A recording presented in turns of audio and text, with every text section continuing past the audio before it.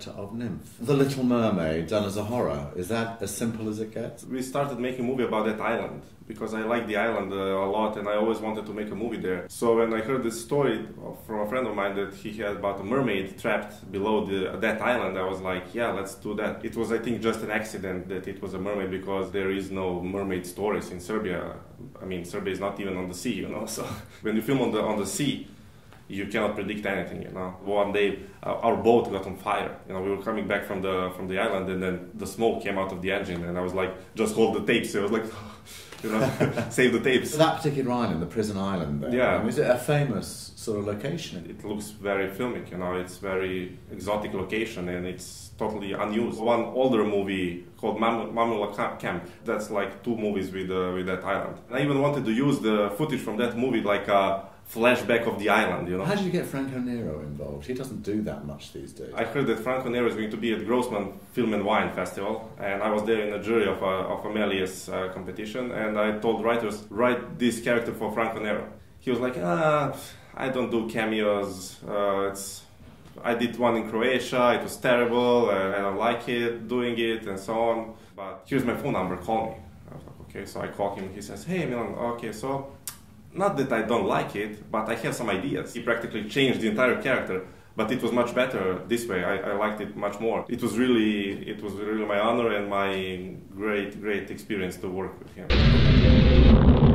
Truth or Dare is my directorial debut, and it focuses around a group of friends who get internet fame by playing Truth or Dare games, and everything goes horribly awry when their #1 fan decides he wants to join them. Doing film, it's such a collaborative medium. So working with people that you enjoy in your day-to-day life anyway is always fantastic, so it was great. We were actually in a moment of a very intense scene, and my AD, the assistant director, started yelling out in the middle of the scene, no, no, no, no! And we all like stopped and we're like, oh my God, what's wrong? And he's like, no, it was just me as a person. Carry on, fine, continue, I'm sorry.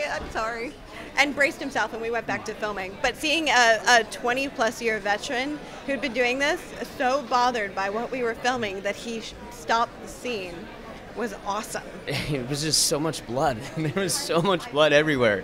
And our effects team, yeah, was amazing. So it was a lot of fun to be able to do all that stuff like practical effects. There's a romantic scene with Deputy Pin in a bottle, and after that scene, he does something and he moves to go vomit, and he vomited in frame, and we had a safe word. And I was expecting him, when I realized he was vomiting, that he would call the safe word, and he didn't. So we just kept it in, and kept rolling, and we kept filming, and he was a consummate professional. Went back to the scene like nothing. And to be fair, he said his character would vomit in that moment. Truth or Dare? Dare. Can you give us a classic Hollywood scream queen scream, please? Okay, brace yourself. It comes out of the comic book genre of weird westerns. So other comic books that have been, weird western comic books that have been turned into films would be The Wild Wild West with Will Smith, and also Cowboys vs. Aliens with Daniel Craig. So there is a tradition going back, a comic book tradition going back into the 1930s. So it has been out there, and you'll find werewolf westerns out there, vampire westerns out there in graphic novel comic book terms. As far as a werewolf western in this country goes, I think the first western per se since Carry On Cowboy, 1966. Let's talk a little bit about your second film, Extraterrestrial, which is also playing here. I feel like a Japanese filmmaker with 3 movies. Yeah, and VHS Viral. My segment in VHS Viral, which is a series I really love, which is a franchise I really feel proud to be part of.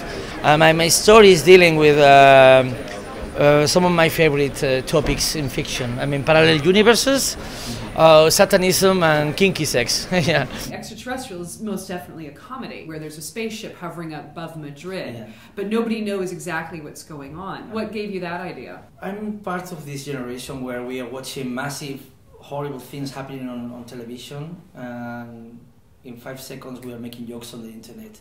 So yes, probably September 11 is my influence in this movie. What I like the most is talking through the camera, and I think the camera in that movie is my best so far.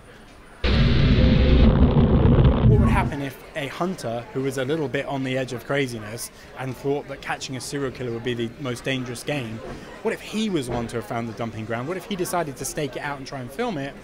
But then I realized that nobody would be stupid enough to go out and do that. So we looked at how they would get out there, and that's when I realized that I was going to finally get to make a movie out of the legend of the Beast of Exmoor. I just got invited to audition by Luke back in Belfast, and I know they did LA auditions and London auditions, but obviously it's being filmed in Northern Ireland, so they want to get a bit of Northern Irish talent. We shot the film on Exmoor. What are you talking? No. At one point I was rolling on the floor, he was like walking around with the camera. It wasn't sort of stand there, deliver this, look that way, look this way. It was just really, it got a bit wild in a way, but which is perfect because that's the whole point of Exmoor. It is wild. I had this in my mind when I created the movie, being able to come here, bring it to FrightFest. I came here a few years ago to see a few films. I was blown away by the reception that a movie named The Dead received, and I just stepped out of that and I was like, wow, I need to get some of that buzz for myself. They're the biggest critics we'll have because they know the genre so well, and they're, in my opinion, the best people to show it to, and that's why, yeah, absolutely honoured to be here. It's great. When we were developing the movie, we spent a lot of time thinking about what would a FrightFest audience think of this? And my development producer was very strict on me. She was like, you know, people will laugh at that, and that's a point in the movie you don't want people to laugh. And she was like, you know, you just got to do more ambitious kills. Director of Alleluia, Fabrice Duels. A lot of your films seem to have a prevalent theme of madness and obsession that comes with love, extreme love. I was looking for a good subject, and I thought, well, mad love or blind love could be a good subject for actors, for the tension, for the madness. And when you explore that in a very wild way on screen, it's explosive. And you have a very singular technique, because when he say action, he's here. It was a real partnership between Dan and me, because during the shooting, I'm really in the center of the scene. I'm not the kind of director who waits, you know, and look and say, okay, cut. No, no, you have to do it like this. No, okay, come back. No, you do like, and he's always next to you, and you feel sometimes like a little puppet. It's just like a war zone for me, you know. I have to be in the middle and to fight with the actors. It's obvious why the story is so attractive. It's a fascinating tale. These two people who met and then became these killers and con artists. The Honeymoon Killers is so universal story. Mm-hmm. That's why, and it fascinates the French surrealists, for example, in the 50s, because that story is insane. Yeah. And also, what's great about that story is the fact there is no morality banners. They never judge bad or good. They're just playing with the fire. And that's very, very appealing to me. Alleluia is the second part of a small trilogy. Calvaire was the first part. The last part, I think, would be quite fun. It's going to be terrible and funny.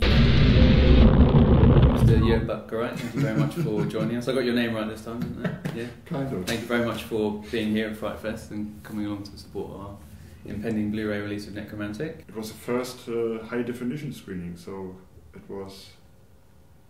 went too smoothly. It was important that it looks beautiful, because if you go to a movie about necrophilia, you expect it to be disgusting.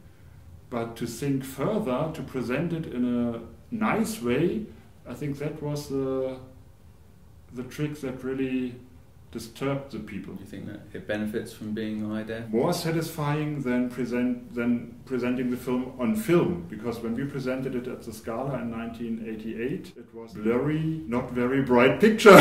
They saw with kind of unreadable subtitles. Yeah. But nobody really seems to complain about that, which is a good sign. Yeah. Reviews of Nekromantik from the US speculated on the fact that I used real corpses. And this only works, I think, when you really can't see what's going on the picture. Yeah. So maybe on this Blu-ray it's going to not work at all. You had some quite mixed feedback, I think, from that original screening. Phil Wilding from Kerrang went as far to suggest of the director, we might get lucky, he could get hit by a car. Yeah, I remember that. But Kerrang is a metal magazine, right? Yes, yeah. Maybe it was too arty for Kerrang. We showed 64 movies over 5 screens over 5 days. It's a pleasure and a privilege to screen so many movies. I think every year I'm going to be so tired and I'm not going to be able to get through the whole weekend, but with you guys, somehow you uplift the whole building and the feeling that it's just fun, and it's great, so thank you. There's nothing more to say, but carry on and see you next year, and at Halloween, I hope, and in Glasgow, so see you then. Thank you.